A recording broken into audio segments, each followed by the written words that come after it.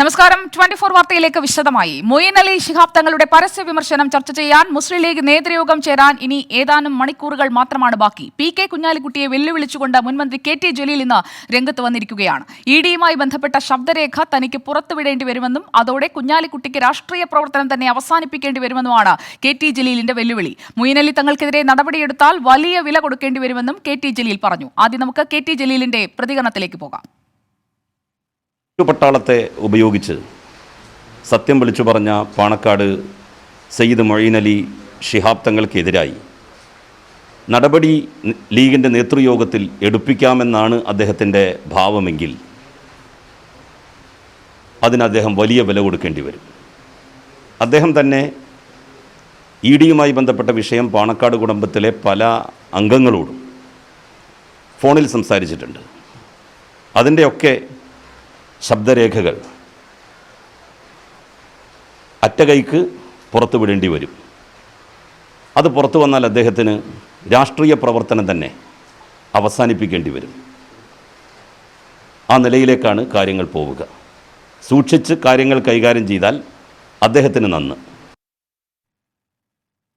ലീഗിലെ പ്രശ്നങ്ങൾ ലീഗ് തന്നെ പരിഹരിക്കുമെന്നാണ് സംസ്ഥാന ജനറൽ സെക്രട്ടറി PMA സലാമിന്റെ പ്രതികരണം. വിവാദങ്ങൾക്കിടെ ലീഗിന്റെ നേതൃയോഗം ഇന്ന് ഉച്ചകഴിഞ്ഞ് 3 മണിക്ക് മലപ്പുറത്ത് ചേരുന്നുമുണ്ട്.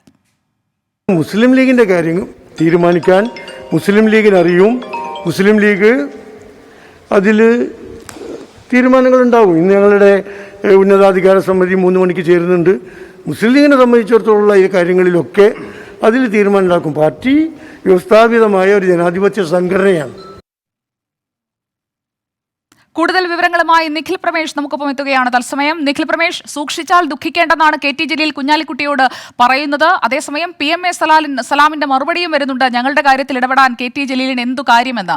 ഏതായാലും നിർണായക നേതൃയോഗത്തിൽ പല കാര്യങ്ങളും പുറത്തേക്ക് വരാനുള്ള ഒരു സാധ്യതയല്ലേ തെളിയുന്നത്, ഇപ്പോൾ ഉയർന്ന ഈ പ്രതികരണങ്ങൾ കൂടി ചേർത്ത് വെച്ച് നോക്കുമ്പോൾ? Sujaya, let's wait and see എന്ന് പറഞ്ഞുകൊണ്ട് കെ.ടി. ജലീൽ പി.കെ. കുഞ്ഞാലിക്കുട്ടിക്കെതിരെയുള്ള തന്റെ ഇന്നത്തെ പ്രതികരണം അവസാനിപ്പിക്കുമ്പോൾ ആ കാത്തിരിക്കാൻ പറയുന്നതിൽ ഒരുപാട് അർത്ഥങ്ങൾ ഉണ്ട് എന്ന് മനസ്സിലാക്കണം. കെ.ടി. ജലീൽ പരസ്യമായി വെല്ലുവിളിക്കുകയാണ് പി.കെ. കുഞ്ഞാലിക്കുട്ടിയെ. കൃത്യമായ സൂചന അദ്ദേഹത്തിനും മുസ്ലിം ലീഗ് നേതൃത്വത്തിനും നൽകുകയാണ്. ഇപ്പോൾ ഈ പരാതി ഉയർത്തിയ മൊയ്ൻ അലി തങ്ങൾക്കെതിരെ നടപടി ഉണ്ടാവുകയാണെങ്കിൽ അപ്പോൾ ചില കാര്യങ്ങൾ പുറത്തു പറയേണ്ടി വരും. പി.കെ. കുഞ്ഞാലിക്കുട്ടിക്ക് രാഷ്ട്രീയ പ്രവർത്തനം തന്നെ അവസാനിപ്പിക്കേണ്ടി വരുന്ന സാഹചര്യം ഉണ്ടാക്കാൻ സാധ്യതയുള്ള ശബ്ദ സന്ദേശം, എൻഫോഴ്സ്മെന്റ് ഡയറക്ടറേറ്റ് അന്വേഷണത്തെ കുറിച്ച് വ്യക്തമാക്കുന്ന ശബ്ദ സന്ദേശം പുറത്തുവിടേണ്ടി വരുമെന്ന ഒരു വെല്ലുവിളി പി.കെ. കുഞ്ഞാലിക്കുട്ടിക്കെതിരെ കെ.ടി. ജലീൽ നടത്തുകയാണ്. അത് 2006 അപ്പുറമായിരിക്കും അതിന്റെ പ്രത്യാഘാതമെന്നും കെ.ടി. ജലീൽ പറഞ്ഞു വെക്കുന്നുണ്ട്. വീണ്ടും നമ്മൾ കെ.ടി. ജലീലിനെ കാണാൻ വേണ്ടിയുള്ള ശ്രമങ്ങൾ നടത്തുന്നുണ്ട്. അദ്ദേഹത്തിന്റെ പൊതുപരിപാടികൾ പുരോഗമിക്കുന്നുണ്ട്. ഇന്ന് മുസ്ലിം ലീഗിന്റെ നേതൃയോഗം നടക്കാനിരിക്കുന്ന വേളയിലാണ് കെ.ടി. ജലീലിന്റെ ഈ പരസ്യമായ വെല്ലുവിളി വരുന്നത്.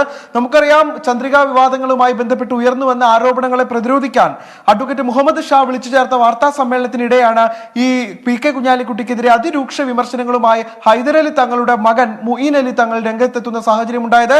മൊയ്ൻ അലി തങ്ങളെ അന്ന് രാത്രി തന്നെ ആക്ടിംഗ് സംസ്ഥാന ജനറൽ സെക്രട്ടറി PMA സലാം തള്ളിപ്പറഞ്ഞെങ്കിലും ഇന്നലെ പുറത്തു വന്നത് ഹൈദരലി തങ്ങൾ സ്വന്തം കൈപ്പടയിൽ എഴുതിയ കുറിപ്പായിരുന്നു. ഈ കുറിപ്പിൽ വളരെ കൃത്യമായി പറയുന്നുണ്ട്, ചന്ദ്രികയിലെ പ്രശ്നങ്ങൾ പരിഹരിക്കാൻ മൊയ്ൻ അലി തങ്ങളെ ചുമതലപ്പെടുത്തിയിട്ടുണ്ട് എന്നുള്ളത്. എന്നാൽ ഇക്കാര്യത്തിൽ ഇപ്പോൾ സംസ്ഥാന ഔദ്യോഗിക പക്ഷം നൽകുന്ന വിശദീകരണം, ചന്ദ്രികയിലെ ജീവനക്കാർക്ക് ശമ്പളം ലഭിക്കുന്നതുമായി ബന്ധപ്പെട്ട ഒരു വീഴ്ച, അത് പരിഹരിക്കാൻ വേണ്ടിയാണ് മൊയ്ൻ അലി തങ്ങളെ ചുമതലപ്പെടുത്തിയിട്ടുള്ളത് എന്നാണ്. അതല്ലാതെ മറ്റു പ്രശ്നങ്ങൾ, ഇത്യാദിയുള്ള പ്രശ്നങ്ങൾ പരിഹരിക്കാൻ വേണ്ടി മൊയ്ൻ അലി തങ്ങളെ ചുമതലപ്പെടുത്തിയിട്ടില്ലെന്നും അദ്ദേഹം പത്രസമ്മേളനത്തിലേക്ക് ക്ഷണിക്കാതെ എത്തുകയായിരുന്നു എന്നുമാണ് ഔദ്യോഗിക നേതൃത്വം പറയുന്നത്. എന്തായാലും 3 മണിയിലെ ഇന്നത്തെ നേതൃയോഗം വളരെ പ്രധാനപ്പെട്ടതാണ്.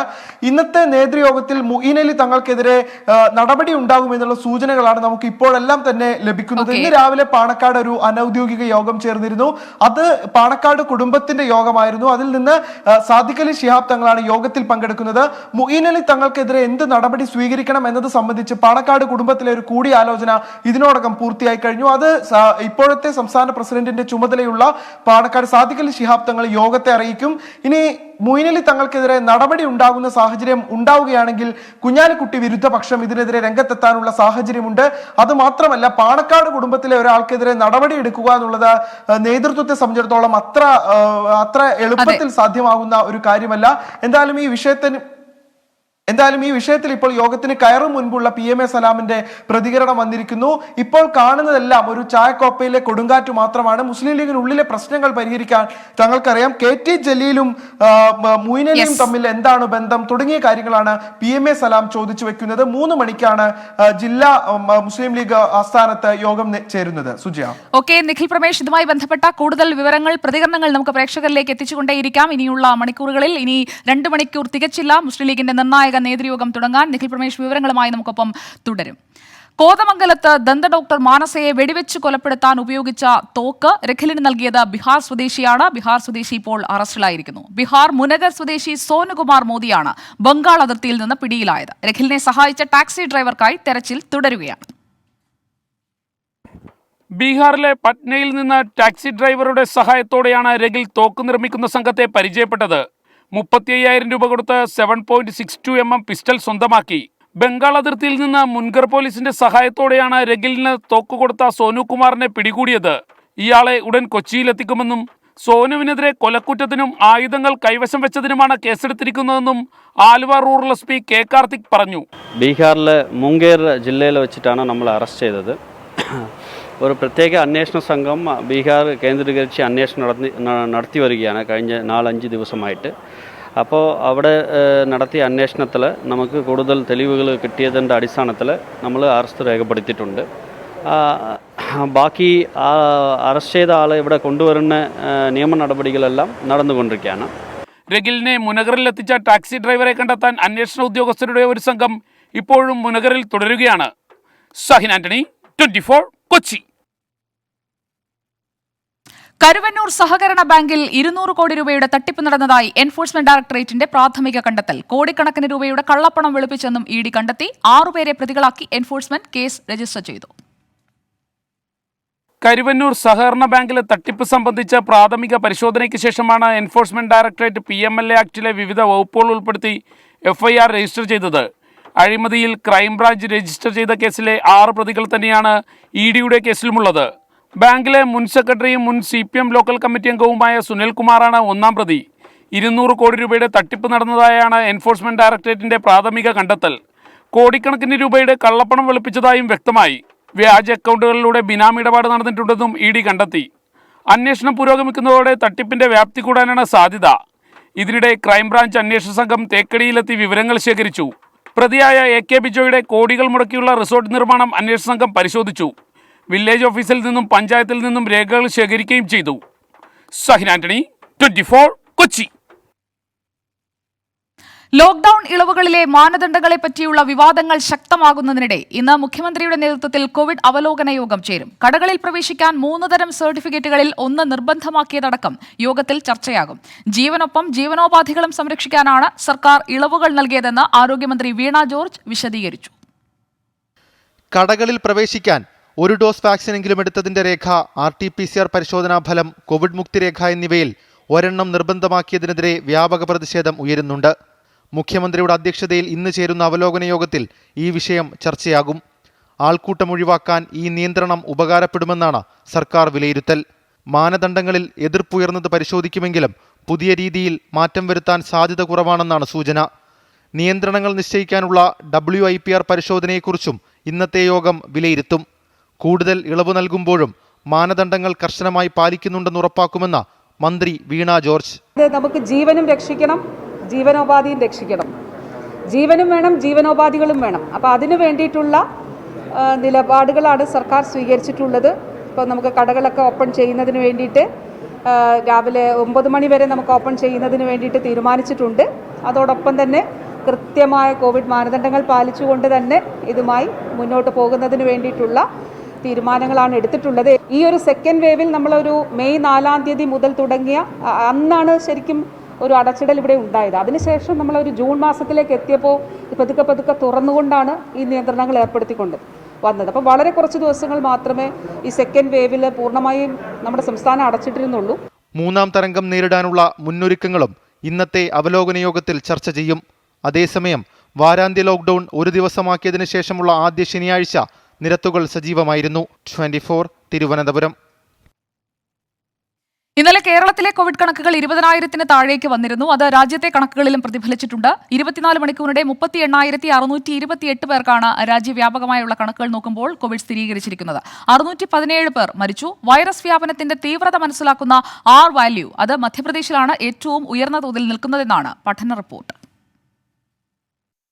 കഴിഞ്ഞ ദിവസത്തേക്കാൾ 13% കേസുകളുടെ കുറവാണ് 24 മണിക്കൂറിടെ ഉണ്ടായത്. 40,017 പേർ രോഗമുക്തി നേടി. 4.12 ലക്ഷം പേർ ഇപ്പോൾ ചികിത്സയിലുണ്ട്. കേരളത്തിലും മഹാരാഷ്ട്രയിലും കഴിഞ്ഞ ദിവസം 187 പേരാണ് കോവിഡ് ബാധിച്ചു മരിച്ചത്. രോഗവ്യാപനത്തിന്റെ തോത് മനസ്സിലാക്കുന്ന ആർ വാല്യൂ 10 സംസ്ഥാനങ്ങളിൽ ദേശീയ ശരാശരിയേക്കാൾ മുകളിലാണ്. ഏറ്റവും കൂടുതൽ ആർ വാല്യൂ ഉള്ളത് മധ്യപ്രദേശിൽ 1.31, ഹിമാചൽ പ്രദേശിൽ 1.30, നാഗാലാൻഡിൽ 1.09 ആർ വാല്യൂ. കേരളത്തിൽ ഇത് 1.06 ആണ്. മാർച്ചിൽ രാജ്യത്ത് ആർ വാല്യൂ 1.4 ആയിരുന്നു. രണ്ടാം തരംഗം രാജ്യത്ത് രൂക്ഷമായിരുന്ന ഘട്ടത്തിൽ ഇത് 0.7 താഴ്ന്നു. കോവിഡ് പോരാട്ടത്തിന് കരുത്തു പകർന്ന് രാജ്യത്ത് 50 കോടി പേർക്ക് വാക്സിൻ പൂർത്തിയാക്കി. 20 ദിവസം കൊണ്ടാണ് 40 കോടിയിൽ നിന്നും 50 കോടി പൂർത്തിയാക്കിയത്. ഉത്തർപ്രദേശ്, ഗുജറാത്ത്, മധ്യപ്രദേശ്, രാജസ്ഥാൻ, മഹാരാഷ്ട്ര സംസ്ഥാനങ്ങൾ 1 കോടി പേർക്ക് 2 ഡോസ് വാക്സിൻ നൽകി കഴിഞ്ഞു. 24 ഡൽഹി. തിരുവനന്തപുരം ഫോർട്ട് താലൂക്ക് ആശുപത്രിയിൽ വനിതാ ഡോക്ടറെ ആക്രമിക്കുന്നതിന്റെ ദൃശ്യങ്ങൾ 24-ന്. പെണ്ണായതുകൊണ്ടാണ് വെറുതെ വിടുന്നതെന്ന് അക്രമി ആക്രോശിക്കുന്നതും ദൃശ്യങ്ങളിലുണ്ട്. ക്രൂരമർദ്ദനമാണ് ഏൽക്കേണ്ടി വന്നതെന്നും ഇനി ഒരു ആരോഗ്യ പ്രവർത്തകയ്ക്കും ഇത്തരത്തിലൊരു ദുരനുഭവം ഉണ്ടാകരുതെന്നും ചികിത്സയിൽ കഴിയുന്ന ഡോക്ടർ മാലു മുരളി 24-നോട് പറഞ്ഞു.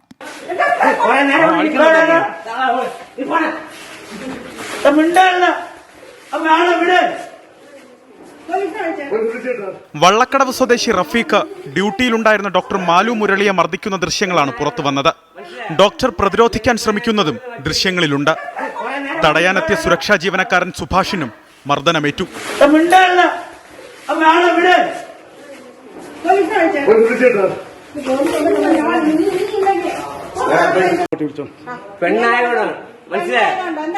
ഫോർട്ട് താലൂക്ക് ആശുപത്രിയിൽ ചികിത്സ തേടിയെത്തിയ റഫീഖും റഷീദും സ്ഥിരം പ്രശ്നക്കാരെന്ന് ഡോക്ടർ മാലു മുരളി 24-നോട് പറഞ്ഞു. നമ്മളെ ആക്രമിക്കാൻ സാധ്യത വളരെ കൂടുതലാണ്. ഇപ്പോൾ ഉണ്ടായതിനെക്കാട്ടി വളരെ മോശമായ രീതിയിൽ തന്നെ ആക്രമണം ഉണ്ടാവാൻ സാധ്യതയാണെന്നാണ് ഞാൻ പ്രതീക്ഷിക്കുന്നത്. യാതൊരു സുരക്ഷിതത്വവും ഇല്ലാതെയാണ് സംസ്ഥാനത്തെ പല ആശുപത്രികളിലും വനിതാ ആരോഗ്യ പ്രവർത്തകർ രാത്രികാല ഡ്യൂട്ടി ചെയ്യുന്നത്. തന്റെ അനുഭവം പാഠമാണ്. ഇനി ഒരു ആരോഗ്യ പ്രവർത്തകർക്കും ഈ ദുരനുഭവം ഉണ്ടാകരുതെന്നും ഡോക്ടർ മാലു മുരളി. കേരളത്തിൽ അങ്ങോളം തൊട്ട് ഇങ്ങോളം വരെയുള്ള എല്ലാ ഡോക്ടേഴ്സിനും ഈ അനുഭവങ്ങൾ ഇനി ഉണ്ടാവാൻ പാടില്ല. നമുക്ക് ശേഷം വരുന്ന തലമുറയാണെങ്കിലും അല്ലെങ്കിൽ നമ്മളോടൊപ്പം വർക്ക് ചെയ്യുന്നവർക്കാണെങ്കിലും ആർക്കും ഇങ്ങനത്തെ ദുരവസ്ഥ ഉണ്ടാവാൻ പാടില്ല. നമുക്ക് ഭയം കൂടാതെ പേഷ്യന്റിനെ ട്രീറ്റ് ചെയ്യാൻ ഒരു സംവിധാനം നമുക്ക് ഉണ്ടാവണം. ആശുപത്രിയിൽ CCTV സ്ഥാപിക്കാൻ തീരുമാനിച്ചെങ്കിലും പോലീസ് ഔട്ട്പോസ്റ്റ് കൂടി അത്യാവശ്യമെന്ന് ജീവനക്കാർ പറയുന്നു. ആരോഗ്യ പ്രവർത്തകരെ ആക്രമിച്ച റഫീഖിനെയും റഷീദിനെയും കോടതി 14 ദിവസത്തേക്ക് റിമാൻഡ് ചെയ്തു. അലക്സ് റാം മുഹമ്മദ് 24 തിരുവനന്തപുരം. കടകളിൽ പോകാൻ വാക്സിൻ സർട്ടിഫിക്കറ്റ് വേണമെന്ന സംസ്ഥാന സർക്കാരിന്റെ പുതിയ മാർഗനിർദ്ദേശത്തിനെതിരെ ഹൈക്കോടതിയിൽ ഹർജി. മരുന്നുകളോട് അലർജിയുള്ളവർക്ക് ടെസ്റ്റ് ഡോസ് എടുത്ത് വാക്സിൻ സ്വീകരിക്കാൻ സംവിധാനമില്ലാത്ത സാഹചര്യത്തിലാണ് ഹർജി. ചാലക്കുടി സ്വദേശി പോളി വടക്കനാണ് ഹൈക്കോടതിയെ സമീപിച്ചത്. അലർജിക്കായ ഹർജിക്കാരൻ ഏത് ഇംഗ്ലീഷ് മരുന്ന് എടുക്കണമെങ്കിലും ടെസ്റ്റ് ഡോസ് സ്വീകരിക്കണം. എന്നാൽ വാക്സിൻ ടെസ്റ്റ് ഡോസ് ലഭിക്കുമോ എന്നറിയാൻ കളമശ്ശേരി മെഡിക്കൽ കോളേജിൽ അടക്കം സമീപിച്ചെങ്കിലും നടന്നില്ല. കേന്ദ്ര സർക്കാർ ഇക്കാര്യത്തിൽ മാർഗനിർദ്ദേശം നൽകിയിട്ടില്ലെന്നായിരുന്നു മറുപടി. വിഷയത്തിൽ DMOയ്ക്ക് പരാതി നൽകിയെങ്കിലും ഫലമുണ്ടായില്ല. അലർജി പ്രശ്നമുള്ളവർക്ക് വാക്സിൻ നൽകാനാവില്ലെന്നാണ് ആശുപത്രികളുടെ നിലപാടെന്നും ഹർജിക്കാരൻ ചൂണ്ടിക്കാട്ടുന്നു. 24 വാർത്ത തുടരുന്നു. സംസ്ഥാന കോൺഗ്രസിലെ പുതിയ നേതൃത്വം ഫലപ്രദമല്ലെന്ന ഒരു വിഭാഗത്തിന്റെ വിമർശനം തള്ളി ഹൈക്കമാൻഡ്. ചില MP-മാരുടെ നേതൃത്വത്തിൽ നടക്കുന്ന നീക്കങ്ങൾ വിഭാഗീയ നീക്കത്തിന്റെ ഭാഗമാണെന്ന വിലയിരുത്തലാണ് ഹൈക്കമാൻഡിനുള്ളത്. പുതിയ നേതൃത്വത്തിൽ പൂർണ്ണ വിശ്വാസമുണ്ടെന്ന് സംസ്ഥാനത്തിന്റെ ചുമതലയുള്ള കോൺഗ്രസ് വക്താവ് താരിഖ് അൻവർ 24-നോട് പ്രതികരിച്ചു. കെ സുധാകരനും VD സതീശനും ഒരുപോലെ പരാജയമാണെന്ന് പ്രചരിപ്പിക്കാൻ കോൺഗ്രസിലെ ഒരു വിഭാഗം ഇപ്പോൾ ശ്രമം ആരംഭിച്ചിട്ടുണ്ട്. ഇതിന്റെ ഭാഗമായി ഏതാനും MP-മാർ സംസ്ഥാനത്തിന്റെ ചുമതലയുള്ള AICC ജനറൽ സെക്രട്ടറിയെ കഴിഞ്ഞ ദിവസം സന്ദർശിച്ചു. നിയമസഭയിലെ ഇടപെടലുകൾ ഫലപ്രദമല്ല, പുനഃസംഘടനാ ചർച്ചകൾ ഗുണപരമല്ല തുടങ്ങിയ ആരോപണങ്ങളാണ് അവർ ഉന്നയിച്ചത്. ഹൈക്കമാൻഡ് ഉടൻ ഇടപെടണമെന്നും പുനഃസംഘടനയിൽ കൂടുതൽ പരിചയസമ്പന്നർക്ക് പ്രാധാന്യം നൽകാൻ നിർദ്ദേശം നൽകണമെന്നുമായിരുന്നു ആവശ്യം. എന്നാൽ ഗ്രൂപ്പുകളുടെ ശാക്തീകരണ ശ്രമമാണ് ഏതാനും MP-മാരുടെ നീക്കത്തിന് പിന്നിലെന്നാണ് ഹൈക്കമാൻഡ് വിലയിരുത്തൽ. പുതിയ നേതൃത്വത്തിൽ പൂർണ്ണ വിശ്വാസമുണ്ടെന്നും കെ സുധാകരനും VD സതീശനും മികച്ച രീതിയിൽ പ്രവർത്തിക്കുന്നുണ്ടെന്നും സംസ്ഥാനത്തിന്റെ ചുമതലയുള്ള കോൺഗ്രസ് ജനറൽ സെക്രട്ടറി താരിഖ് അൻവർ 24-നോട് പറഞ്ഞു. If I am general secretary in charge, everybody will meet me everybody my door is open for every Keralaite. He's doing very well and he's taking everyone into confidence. പുനഃസംഘടനയിൽ കൂടുതൽ സ്ഥാനങ്ങൾ നേടിയെടുക്കാൻ ഗ്രൂപ്പുകൾ ഇപ്പോൾ ശ്രമം നടത്തുന്നതായാണ് ഹൈക്കമാൻഡിന്റെ വിലയിരുത്തൽ. ഈ വസ്തുത മുൻനിർത്തി പൂർണ്ണ പിന്തുണ പുതിയ നേതൃത്വത്തിന് നൽകാനാണ് ദേശീയ നേതൃത്വത്തിന്റെ തീരുമാനം. ഏതാനും ദിവസങ്ങൾക്കുള്ളിൽ DCC പ്രസിഡന്റ് വരെയുള്ള പ്രഖ്യാപനം നടത്താനാകുമെന്ന പ്രതീക്ഷ KPCC അധ്യക്ഷൻ ഇപ്പോൾ ദേശീയ നേതൃത്വത്തോട് പങ്കുവച്ചിട്ടുണ്ട്. ആർ രാധാകൃഷ്ണൻ, 24, ഡൽഹി. പ്രതിപക്ഷ നേതാവെന്ന നിലയിലുള്ള തന്റെ പ്രവർത്തനത്തോട് പാർട്ടിയിലെ ആർക്കും പരാതിയില്ലെന്ന് VD സതീശൻ. പ്രതിപക്ഷത്തിന്റെ പ്രവർത്തനത്തിൽ പാർട്ടിക്കുള്ളിൽ പൂർണ്ണ പിന്തുണയുണ്ട്. തനിക്കെതിരെ ആരും ഹൈക്കമാൻഡിൽ പരാതി നൽകിയതായി അറിയില്ലെന്നും സർക്കാരിനോട് മൃദു സമീപനമില്ലെന്നും VD സതീശൻ വ്യക്തമാക്കി. ഞങ്ങൾ 41 പേര് ഒറ്റക്കെട്ടാണ്.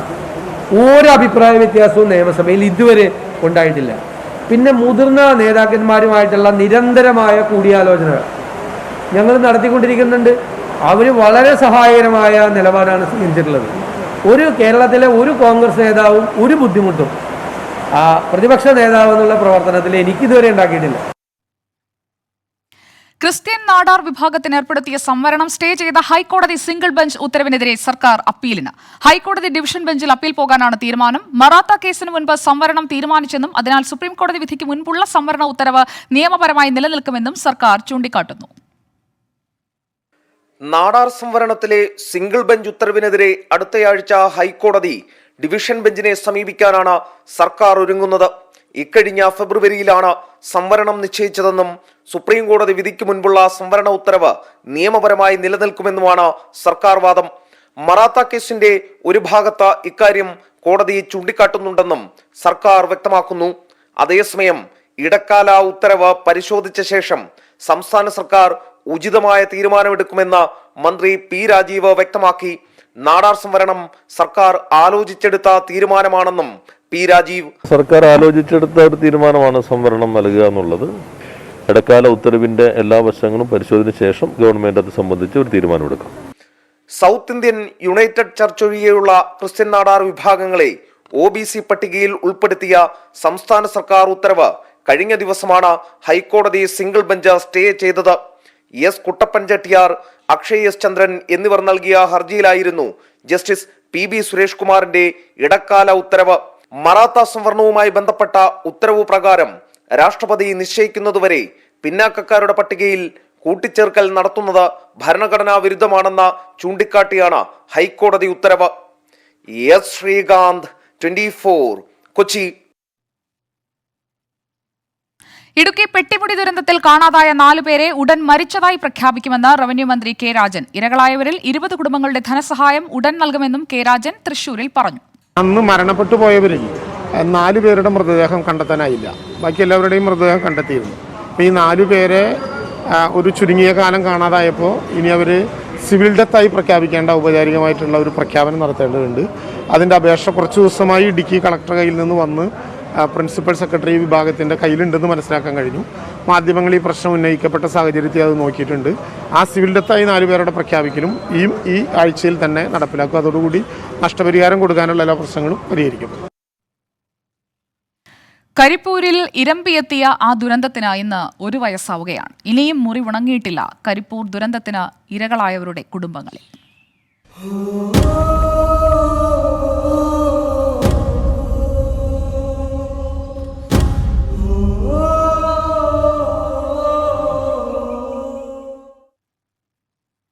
കരിപ്പൂർ വിമാനാപകടം നടന്ന് 1 വർഷം പിന്നിടുമ്പോഴും സർക്കാർ പ്രഖ്യാപിച്ച ധനസഹായം കിട്ടാതെ വലയുകയാണ് പരിക്കേറ്റ പലരും. അത്തരമൊരു അനുഭവമാണ് പട്ടാമ്പി സ്വദേശി അബ്ബാസിനുമുള്ളത്.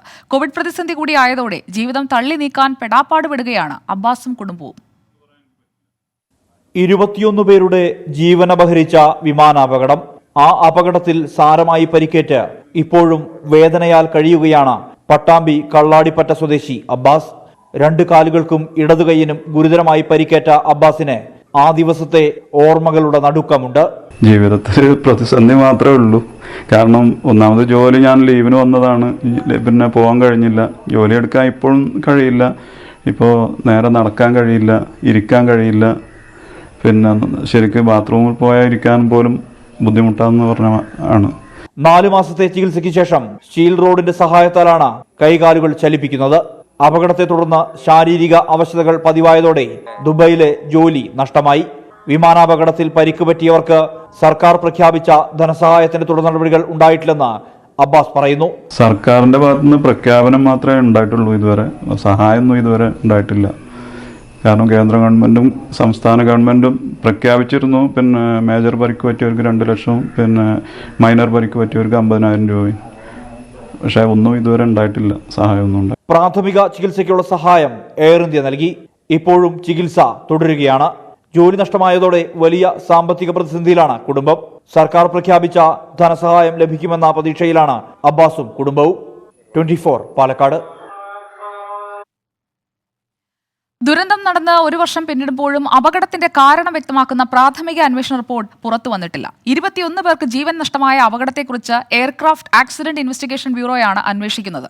വിമാന കമ്പനിയായ ബോയിങ്ങിൽ നിന്ന് വിശദാംശങ്ങൾ കിട്ടാൻ വൈകുന്നുവെന്നാണ് അന്വേഷണ ഏജൻസിയുടെ വിശദീകരണം. കരിപ്പൂരിലെ അപകട കാരണം അന്വേഷിക്കാൻ ഓഗസ്റ്റ് 13 നിയോഗിച്ച അന്വേഷണ സംഘത്തിന് 2 തവണയാണ് കാലാവധി നീട്ടി നൽകിയത്. കോവിഡ് സാഹചര്യത്തിൽ വിമാന കമ്പനിയായ ബോയിങ്ങിൽ നിന്ന് വിശദാംശങ്ങൾ ലഭിക്കാൻ വൈകുന്നുവെന്നാണ് അന്വേഷണ സംഘം നൽകുന്ന വിശദീകരണം. നിശ്ചിത സമയത്തിനുള്ളിൽ അന്വേഷണം പൂർത്തിയാക്കി റിപ്പോർട്ട് പുറത്തുവിടുമെന്ന് അന്ന് ഏജൻസി വ്യക്തമാക്കിയിരുന്നു. ജനുവരി 13 വരെയാണ് ആദ്യം അന്വേഷണത്തിനായി അനുവദിച്ചത്. പിന്നീടിത് മാർച്ച് 13 വരെയാക്കി നീട്ടി നൽകി. ഇപ്പോൾ അന്വേഷണം ഏത് നിലയിലെത്തി നിൽക്കുന്നുവെന്ന് പോലും ഔദ്യോഗികമായ അറിയിപ്പുകൾ ലഭിച്ചിട്ടില്ല. അന്നത്തെ നാട്ടുകാരുടെയും രക്ഷാപ്രവർത്തകരുടെയും സമയോചിതമായ ഇടപെടലാണ് മരണസംഖ്യ ഇത്രയെങ്കിലും കുറച്ചത്. പക്ഷേ റിപ്പോർട്ട് സമർപ്പിക്കപ്പെടാത്തത് നഷ്ടപരിഹാര തുക വൈകുന്നതിനും കാരണമാക്കുകയാണ് ഇപ്പോൾ.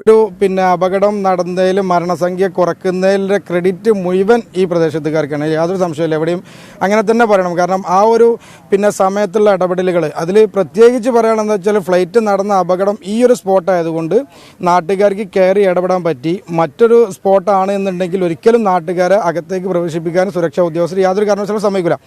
ഇത്രയും പേരെ ഒരുമിച്ച് കൊണ്ടുപോകാനുള്ളൊരു സാഹചര്യമൊന്നും നമ്മളെ ഒരു സുരക്ഷാ സാഹചര്യത്തിനുണ്ടെന്ന് എനിക്ക് തോന്നുന്നില്ല. അപ്പോൾ നാട്ടുകാർക്ക് കയറി ഇടപെടാൻ പറ്റിയതുകൊണ്ടാണ് അത്രയും മരണസംഖ്യ കുറഞ്ഞിട്ടുള്ളതെന്നാണ് എൻ്റെ ഒരു അനുഭവം.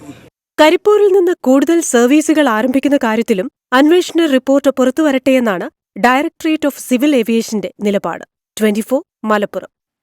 24 വാർത്തയിലേക്ക് വീണ്ടും സ്വാഗതം. തമിഴ്നാട്ടിൽ കടുത്ത ജാതി വിവേചനത്തിനിരയായി സർക്കാർ ഉദ്യോഗസ്ഥൻ. കോയമ്പത്തൂരിലെ ഒറ്റപ്പാളയം വില്ലേജ് ഓഫീസിലെ വില്ലേജ് അസിസ്റ്റന്റിനെ കൊണ്ട് ഗൌണ്ടർ വിഭാഗക്കാരനായ ആൾ കാലുപിടിച്ചു മാപ്പ് പറയിച്ചു. വനിതാ വില്ലേജ് ഓഫീസറെ അസഭ്യം പറഞ്ഞത് ചോദ്യം ചെയ്തതാണ് ഗൌണ്ടർ വിഭാഗക്കാരനെ പ്രകോപിപ്പിച്ചത്.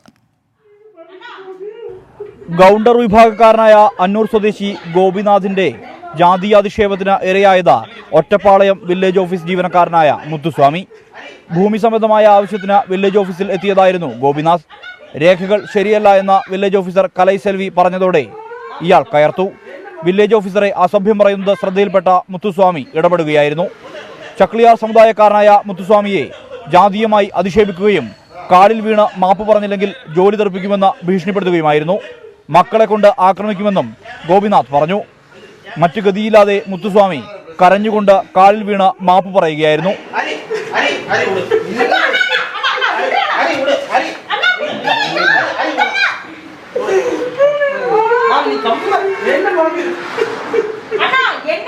മറ്റുദ്യോഗസ്ഥർ ഇടപെടുകയും ദൃശ്യങ്ങൾ പകർത്തുന്നത് ശ്രദ്ധയിൽപ്പെടുകയും ചെയ്ത ഗോപിനാഥ് അപകടം മണത്തതോടെ മുത്തുസ്വാമിയെ എഴുന്നേൽപ്പിക്കാൻ ശ്രമിക്കുന്നതും ദൃശ്യങ്ങളിൽ വ്യക്തമാണ്.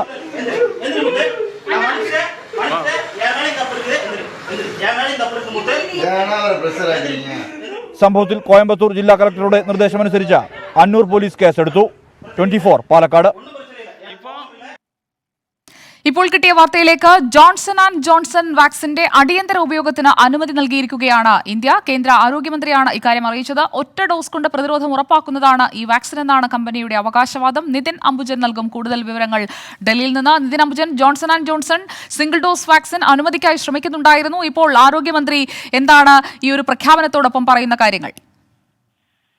സുജയ, കോവിഡ് പ്രതിരോധ രംഗത്തെ ഏറ്റവും പ്രധാനപ്പെട്ട ഒരു തീരുമാനമാണ് ഇപ്പോൾ സ്വീകരിച്ചിരിക്കുന്നത്. കേന്ദ്ര ആരോഗ്യമന്ത്രിയുടേതാണ് ട്വീറ്റ്. അടിയന്തര സാഹചര്യങ്ങൾ ഉപയോഗിക്കുന്നതിനായി ഒറ്റ ഡോസ് വാക്സിൻ ഇപ്പോൾ ഇന്ത്യയിൽ അനുമതി നൽകിയിരിക്കുന്നു. ജോൺസൺ ആൻഡ് ജോൺസൺ ഇതിനു മുൻപ് അപേക്ഷ നൽകിയെങ്കിലും അത് ഇന്ത്യ നിരസിച്ചിരുന്നു. ഇതിനുശേഷം ഇന്നലെയായിരുന്നു അടിയന്തര ഉപയോഗത്തിലുള്ള അനുമതി തേടിയത്. ഇന്നിപ്പോൾ അടിയന്തര ഉപയോഗത്തിലുള്ള അനുമതി ഇപ്പോൾ കേന്ദ്ര ആരോഗ്യ മന്ത്രി ഇപ്പോൾ ട്വിറ്ററിലൂടെ അറിയിച്ചിരിക്കുകയാണ്. എന്തായാലും 85% ഇതിന്റെ ഫലപ്രാപ്തി എന്നാണ് കമ്പനി അവകാശപ്പെടുന്നത്. 28 ദിവസത്തിനുള്ളിൽ പൂർണ്ണ പ്രതിരോധ ശേഷി ഉറപ്പാക്കാൻ സാധിക്കുമെന്നും കമ്പനി അവകാശപ്പെടുന്നു. അതോടൊപ്പം തന്നെ മരണം നിരക്ക് കുറയുമെന്നും ആരോഗ്യ മന്ത്രാലയം കമ്പനി അവകാശപ്പെടുന്നുണ്ട്. എന്തായാലും ഏറെ സുപ്രധാനപ്പെട്ട ഒരു തീരുമാനമാണ് സ്വീകരിച്ചിരിക്കുന്നത്. നിലവിൽ ഇപ്പോൾ കോവിഷീൽഡ്, കോവാക്സിൻ, അതോടൊപ്പം തന്നെ സ്പുട്നിക് വാക്സിനാണ് രാജ്യത്ത് ഉപയോഗിക്കുന്നത്. ഇതിപ്പോൾ 4ാമത്തെ വാക്സിനാണ് ഉപയോഗിക്കുന്നത്. എന്തായാലും ഇതിന്റെ ആഗോള വിതരണം ഹൈദരാബാദ് ആസ്ഥാനമായ ബയോളജിക്കൽ എന്ന കമ്പനിക്കാണ്. കഴിഞ്ഞ വർഷമാണ് ബയോളജിക്കൽ കമ്പനിയുമായി ജോൺസൺ ആൻഡ് ജോൺസൺ കരാറിൽ ഏർപ്പെട്ടത്. ശരി, നിതിൻ അംബുജനാണ് ഡൽഹിയിൽ നിന്ന് വിവരങ്ങൾ നൽകിയത്. ജോൺസൺ ആൻഡ് ജോൺസൺ വാക്സിൻ കൂടി ഇന്ത്യയിലേക്ക് വരുന്നതോടെ 4 വാക്സിനുകൾ, അതിൽ ജോൺസൺ ആൻഡ് ജോൺസന്റെ സിംഗിൾ ഡോസ് വാക്സിൻ ഏറെ ഫലപ്രദമെന്നാണ് കമ്പനി അവകാശപ്പെടുന്നത്. വിവാദങ്ങളുടെ പശ്ചാത്തലത്തിൽ നിർമ്മാണം നിർത്തിവച്ചിരുന്ന വടക്കാഞ്ചേരി ലൈഫ് മിഷൻ ഫ്ളാറ്റിൽ സാമൂഹിക വിരുദ്ധരുടെ ആക്രമണമെന്ന് സംശയം. ആശുപത്രി കെട്ടിടത്തിന്റെ ജനൽ ചില്ലുകൾ പൊട്ടിച്ച നിലയിൽ കണ്ടെത്തി, ചുവരുകളും തകർത്തിട്ടുണ്ട്. CBI അന്വേഷണം ആരംഭിച്ചതു മുതൽ ഫ്ളാറ്റിന്റെ നിർമ്മാണം പൂർണ്ണമായും നിർത്തിവച്ചിരിക്കുകയായിരുന്നു. പോലീസ് സ്ഥലത്തെത്തി പരിശോധന നടത്തി. സംഭവത്തിൽ വടക്കാഞ്ചേരി പോലീസ് വിശദമായ അന്വേഷണം തുടങ്ങിയിട്ടുണ്ട്. 24 വാർത്തയിലേക്ക് വീണ്ടും സ്വാഗതം. സിനിമാ തിയേറ്ററുകൾ തുറക്കാൻ അനുമതി നൽകണമെന്ന് തിയേറ്റർ സംഘടന. തിയേറ്റർ ഉടമകൾ വലിയ പ്രതിസന്ധി നേരിടുകയാണെന്നും ലോൺ തിരിച്ചടയ്ക്കാൻ കഴിയാത്ത സാഹചര്യമാണുള്ളതെന്നും തിയേറ്റർ സംഘടന പറയുന്നു. 4 ഷോയോടുകൂടി തിയേറ്റർ തുറക്കാൻ അനുമതി വേണമെന്നാണ് ആവശ്യം. ശ്രീജിത്ത് ശ്രീകുമാരൻ നൽകും കൂടുതൽ വിവരങ്ങൾ കൊച്ചിയിൽ നിന്ന്. ശ്രീജിത്ത്, നേരത്തെ തിയേറ്ററുകൾ നിബന്ധനകളോടെ തുറന്ന് പ്രവർത്തിച്ചതാണ്. ഇപ്പോൾ മറ്റ് ഇളവുകൾക്കൊപ്പം ഇതുകൂടി പരിഗണിക്കാനുള്ള ഒരു സാധ്യത തെളിയുന്നുണ്ടോ? തീർച്ചയായും ഇത്തരത്തിലുള്ള സാധ്യത ഇതുവരെ തെളിഞ്ഞിട്ടില്ല സുജയ. പക്ഷേ തിയേറ്റർ ഉടമകൾ പറയുന്നത് തങ്ങൾക്ക് ലോൺ പോലും തിരിച്ചടയ്ക്കാൻ കഴിയാത്തൊരു അവസ്ഥയാണ് ഉള്ളത്. ഇല്ലെങ്കിൽ ആത്മഹത്യ ചെയ്യേണ്ടി വരും. അതുകൊണ്ട് തങ്ങൾക്ക് തിയേറ്ററുകൾ തുറക്കാനുള്ള ഒരു അനുമതി കൂടി വേണം എന്നൊരാവശ്യമാണ് ഇപ്പോൾ തിയേറ്റർ സംഘടനകൾ അറിയിച്ചിട്ടുള്ളത്. അവരുടെ സംഘടനയായ ഫിയോക്കാണ് ഇത്തരത്തിലൊരു വാർത്താക്കുറിപ്പ് ഇപ്പോൾ ഇറക്കിയിട്ടുള്ളത്. മന്ത്രിക്ക് കൂടി ഇത്തരത്തിലൊരു വാർത്താക്കുറിപ്പ് അവർ നൽകിയിട്ടുണ്ട്. എന്തായാലും ഇക്കാര്യത്തിൽ അന്തിമ തീരുമാനം എടുക്കേണ്ടത് സംസ്ഥാന സർക്കാരാണ്. സംസ്ഥാന സർക്കാരിലെ ഉന്നത അധികാരികളുമായി അവർ സംസാരിച്ചിട്ടുണ്ട് എന്നാണ് നമ്മൾ മനസ്സിലാക്കുന്നത്. എന്നാലും തിയേറ്ററുകൾ കൂടി തുറന്നു പ്രവർത്തിക്കണമെന്നൊരു ആവശ്യം, അതും 4 ഷോകളോട് കൂടി തുറന്നു പ്രവർത്തിക്കുന്ന ആവശ്യമാണ് അവർ ഇപ്പോൾ ഉയർത്തുന്നത്. സുജയ. ഓക്കെ, ശ്രീജിത്ത് ശ്രീകുമാരനാണ് കൊച്ചിയിൽ നിന്ന് വിവരങ്ങൾ നൽകിയത്.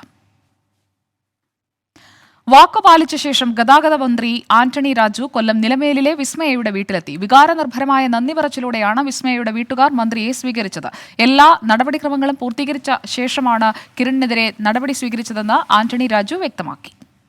വിസ്മയ മരണപ്പെട്ടതിന് ശേഷം ഭർത്താവ് കിരൺകുമാറിനെ ഗവൺമെൻറ് അന്ന് തന്നെ 22-ാം തീയതി തന്നെ അന്വേഷണ വിധേയമായി സസ്പെൻഡ് ചെയ്തു.